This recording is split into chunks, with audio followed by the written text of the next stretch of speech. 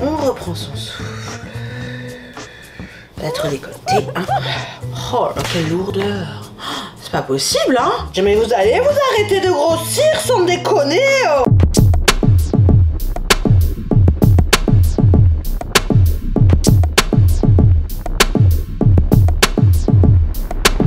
Bienvenue dans Lolo Baby Show, la chaîne sans tabou sur la grossesse, tous les inconvénients de la grossesse, la fin de la grossesse. Ouais, parce que là je vous dis la fin parce qu'on arrive vers la fin, donc forcément c'est très dur. Je ne mâche pas mes mots, je vous dis la vérité, rien que la vérité. Je le jure. Je suis très contente de voir que vous êtes de plus en plus nombreux à vous abonner, à liker et à commenter. Donc n'hésitez pas à me dire vos avis. N'hésitez pas aussi à me dire ce que vous aimeriez que je fasse comme contenu. Voilà. Alors vous allez vous dire, mais qu'est-ce qu'elle fait là au bord de son lit Et vous vous demandez sûrement, mais qu'est-ce qu'elle fait là, celle-là? D'habitude elle est maquillée la journée, etc. etc. En fait cette vidéo je la tourne la nuit. Ouais, je dors plus. Donc forcément j'ai décidé que le rythme de Lolo Baby Show allait rentrer dans mon rythme de vie, c'est-à-dire que je dors plus. Voilà, je vous avais parlé dans l'épisode précédent des insomnies qui sont toujours autant présentes, hein, n'est-ce pas? Donc du coup, on continue et je me dis ça va être pire après. Non mais parce que quand bébé sera là, on dormira plus. ouais. Ah mon fils, je bois de l'épar, c'est pas un placement de produit, c'est juste parce que c'est super quand vous êtes constipé, et vu qu'on est constipé quand on est enceinte, perso, c'est génial. Et c'est très bon aussi pour le canal carpien les filles. Boire un petit coup, c'est doux. Ça fait longtemps que j'ai pas bu un coup. Oh, là à mon avis, je bois une coupe de champagne, je suis bourrée, alors je vous explique, je danse la capoeira et tout là. Enfin bref. Le sujet que nous allons aborder ce soir, c'est très simple. Vous avez vu ma gueule. Je sais pas si vous voyez bien. Bon déjà à la base, je compte directement mettre les points sur les barres sur les T. J'ai une peau à tendance granuleuse, ok, déshydratée, avec les pores aussi gros qu'un puits. Donc du coup, ça fait depuis très longtemps que je n'ai pas fait de soins vraiment de peau. Vu ma grossesse, en fait, quand vous êtes enceinte, vous ne pouvez pas vous permettre de mettre trop de choses sur votre visage ou faire trop de soins, etc. Il y a énormément de choses qui sont déconseillées, telles que les huiles essentielles, etc. Donc j'ai toujours pris, entre guillemets, toujours fait du basique, l'hydratation basique, etc. Alors, vous avez certaines femmes qui vont choper le masque de grossesse qui est brun. Ce masque-là, il est terrible, parce que vous allez avoir des taches telles une vache, un peu partout. Et genre, c'est marron, c'est pas top. Et si vous prenez le soleil dessus, alors là, vous êtes foutu. Alors là, je vous explique, c'est fini pour vous, quoi. Ça va être la galère à faire partir les taches. Moi, j'ai pas forcément ce masque-là. En fait, je vous explique, ce que j'ai plutôt, c'est des rougeurs diffuses sur les pommettes, mais truc de ouf, quoi. Bon, bien sûr, les pores qui sont dilatés comme ça. Et j'ai des petites taches, je sais pas si vous voyez bien, genre, vous savez, des taches, genre de bleu, violet, un peu comme ça. Enfin, c'est trop chelou, mais ça m'est arrivé depuis ma grossesse. Et j'avais pas ça avant. Bon, j'avais une peau dégueulasse, mais pas autant dégueulasse que ça. Donc du coup, là, si vous voulez, autant vous dire que ça fait partie des désagréments de ma grossesse. Voilà, plusieurs fois, on m'a demandé, au niveau de la peau, ça se passe comment? Voilà, vous avez des femmes Pardon. Vous avez des femmes qui va avoir... Oh! Vous avez des femmes qui vont avoir une peau, vous savez, super belle durant leur grossesse. Zéro problème d'acné, zéro souci de taches, genre la peau nickel. Je sais pas si elles existent, si vous existez, manifestez-vous juste en dessous. Et vous avez celles qui sont comme moi, qui vont avoir team peau dégueulasse.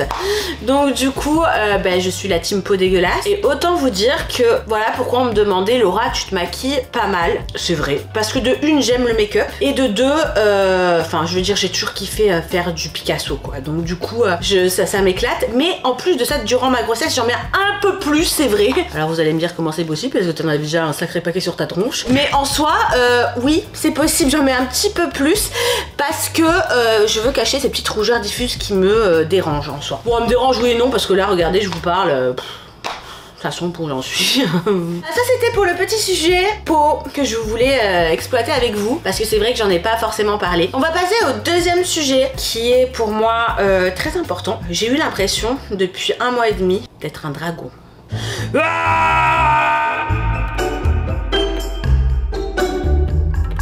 Je pensais pouvoir sauter l'étape brûlure d'estomac. J'en avais entendu parler de cette étape brûlure d'estomac qui est horrible d'une force. force, mais phénoménale. C'est-à-dire que je vous raconte même pas, quand ça vous arrive, vous avez le l'œsophage qui est en feu, ça remonte jusqu'à la gorge, et là vous avez envie de cracher des flammes, tellement c'est horrible quoi, ça vous fracasse, que ce soit la journée ou le soir, hein, c'est pareil. Hein. Après ça arrive plus la nuit, bah oui forcément, sinon ça serait pas drôle. Hein. Bah il faut vous empêcher de dormir, hein, mon coco.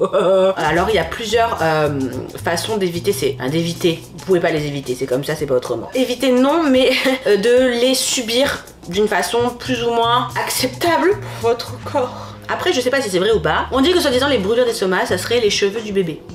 Alors moi, je crois que mon fils, il va sortir. il va avoir autant de cheveux que Bob Marley. Hein. Donc, il n'y a pas trop de solutions. Ouais, reste dans ta merde. À part si vous voulez boire du lait avant d'aller se coucher. Parce que le lait tapisserait l'œsophage, tous les boyaux, quoi. Et il y a aussi, on m'a dit, tout ce qui est kiri. Le kiri fait du bien. Donc, manger un peu de kiri, tout ça, parce que ça va aplater. Je sais pas, ça va se mettre en tant que pâte partout sur les parois. Et donc du coup bah, vous allez plus être brûlé à outrance. Ou soit si vraiment c'est très très fort, vous allez vous choper votre gynécologue, vous allez lui mettre le couteau sous la gorge. Non je rigole.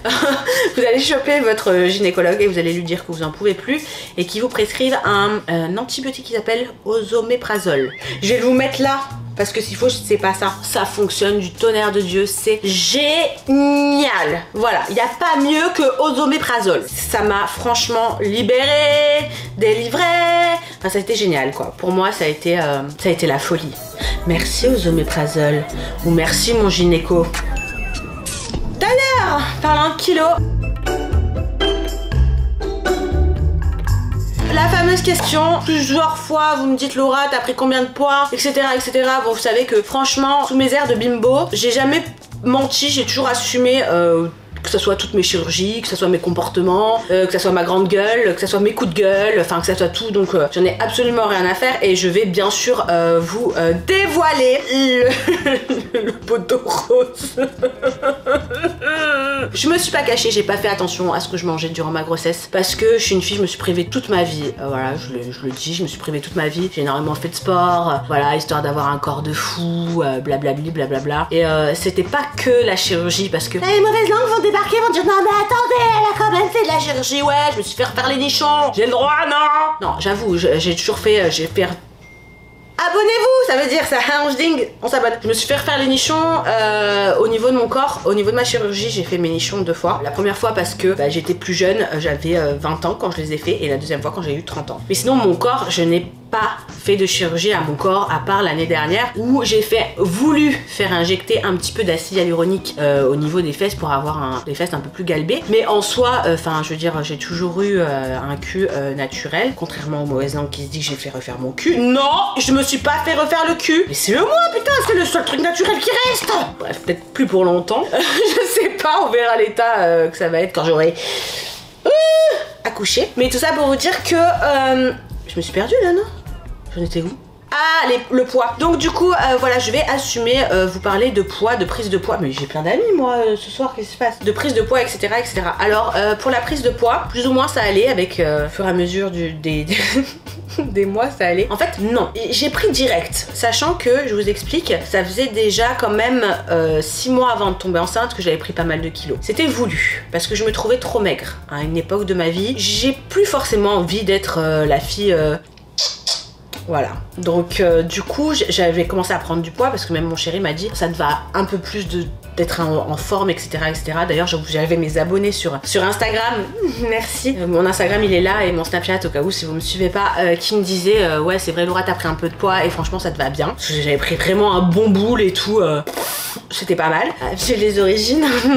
Bref, et tout ça pour vous dire que j'avais pris quand même un petit peu de poids et quand je suis tombée enceinte j'étais à 62 kilos, exactement. Donc j'étais très contente de ces 62 kilos là. C'était en plein confinement donc j'avais fait mon régime etc. J'avais perdu 3-4 kilos je crois, un truc comme ça. Franchement j'étais bien, j'étais ce qu'il fallait. Et là je suis à plus 21 kilos. J'ai pris 21 kilos je l'assume. C'est la vie, c'est comme ça. Après, j'ai beaucoup d'eau, je suis gonflée d'eau. D'ailleurs, je peux pas vous montrer mes yep parce que j'arrive pas à prendre la caméra jusque là. Mais ils sont énormes les trucs, c'est des espèces de croissants, enfin je sais pas trop ce que c'est. Ah d'habitude j'adore mes pieds, je les trouve trop mignons, mais là franchement, ouais j'ai les pieds à Fiona dans Shrek quoi. Et donc du coup voilà, j'ai pris 21 kilos pour le moment, parce que ça fait plus de 2 semaines que je me suis pas pesée. J'ai rendez-vous chez mon gynéco dans pas longtemps, donc je vous dirai. Vous dire que je le vis bien, je serai mytho. Maintenant après, je me dis que voilà, je ne serai pas enceinte tout le temps non plus, que je profite de ma grossesse, que mon bébé est en pleine santé et que bah, j'en chierai à bouffer des haricots et de la salade une fois que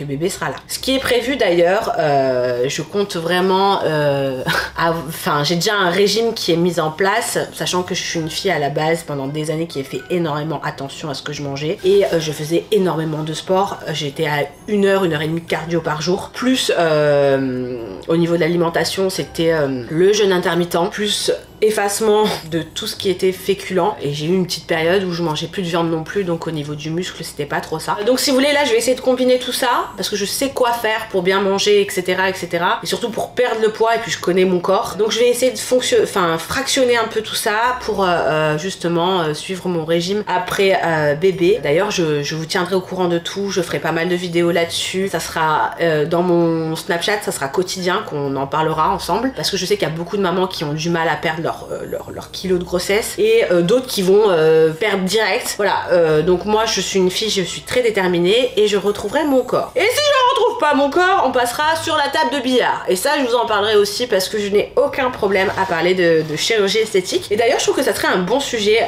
pour la prochaine vidéo. J'en parlerai avec vous, on fera le topo. Une fois que j'aurai accouché, si jamais je dois passer par la case billard, voilà, je vous dirai un petit peu tout ce que je pense de la chirurgie esthétique, liposuction, lipofilling, est-ce qu'on refait les nichons, est-ce qu'on les refait pas, voilà, je vous dirai, on en parlera de tout ça. Donc ça c'était pour la prise de poids, le sujet prise de poids, je sais que c'était intéressant pour vous. Donc voilà, troisième sujet, ça c'est un sujet que je vis plus mal que la prise de poids.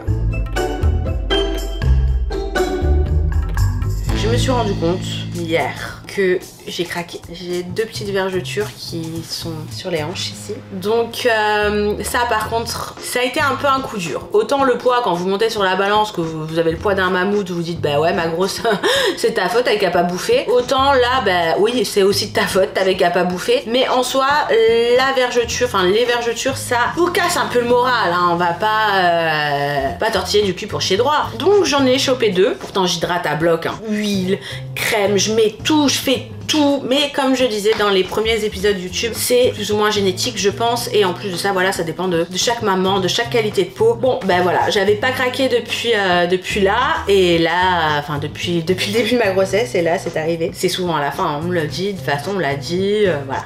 On s'y attend. Je suis tellement contente de porter la vie que je me dis bon bah voilà, 2 petites vergetures ça va pas me casser mon délire, même si je pense qu'une fois que bébé sera là peut-être que je vais me mettre à chialer, mais en soi voilà, c'est important quand même de enfin j'essaie toujours de positiver, de me dire c'est pas grave, au pire il y aura des crèmes, au pire il y aura du laser, au pire on trouvera une solution, je sais pas mais en soi voilà, si vous avez des solutions contre les vergetures, n'hésitez pas à commenter juste ici. Mais ça c'est pareil hein, c'est des sujets sur lesquels j'aborderai sans tabou une fois que j'aurai accouché, et je vous filerai les bonnes adresses ou les bons plans ou ce que vous voulez. Bon, les dernières semaines de grossesse sont complètement horribles, je vais pas vous mentir. Je précise que c'est une chaîne YouTube où je parle de grossesse sans tabou, donc en fait je parle de tous les désagréments. Les désagréments de fin de grossesse, je pense que c'est les pires, on n'en peut plus, clairement, on est fatigué, on dort pas forcément la nuit, puis on a tellement hâte de voir arriver bébé que du coup voilà, il y a plus rien qui compte autour, on est saoulé, on veut bébé, on veut que bébé soit là, et puis surtout on veut être libéré,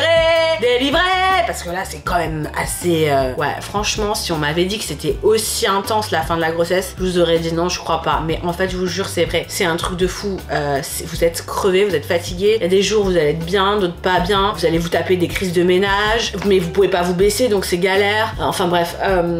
Pour le moment, je n'ai pas eu la perte du bouchon muqueux. Alors ça, c'est pareil, j'ai découvert ça il y a pas très longtemps. La perte du bouchon muqueux. Ah, si pareil, c'est un bouchon, comme les bouchons, vous savez, le champagne que vous avez dans la mounette. Et en fait, ce bouchon-là, il retient tout ce qui est...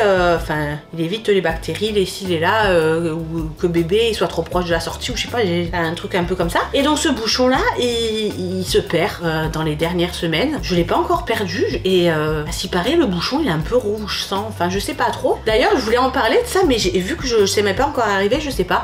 Donc n'hésitez pas à commenter et à me dire ce que vous en pensez et ce que c'est, qu'est-ce que ça vous est arrivé. D'ailleurs, dans le prochain épisode Lolo Baby Show, je vais faire un petit épisode un petit peu questions-réponses comme j'avais fait sur les dernières semaines. Bon, je répondrai à toutes vos questions des dernières semaines de grossesse sans tabou, je le jure. Voilà. En tout cas, merci beaucoup d'avoir regardé Lolo Baby Show. C'était les 3 désagréments les plus gros de la fin de grossesse. Donc n'hésitez pas à vous abonner, à liker, à me dire ce que vous en pensez. Voilà, j'aime vraiment beaucoup interagir avec vous, donc j'ai besoin d'un maximum de commentaires, pardon, un maximum de likes. En tout cas, moi et mon fils d'amour, que j'ai hâte de serrer dans mes bras, on vous embrasse très fort et merci de suivre Lolo Baby Show. Mouah.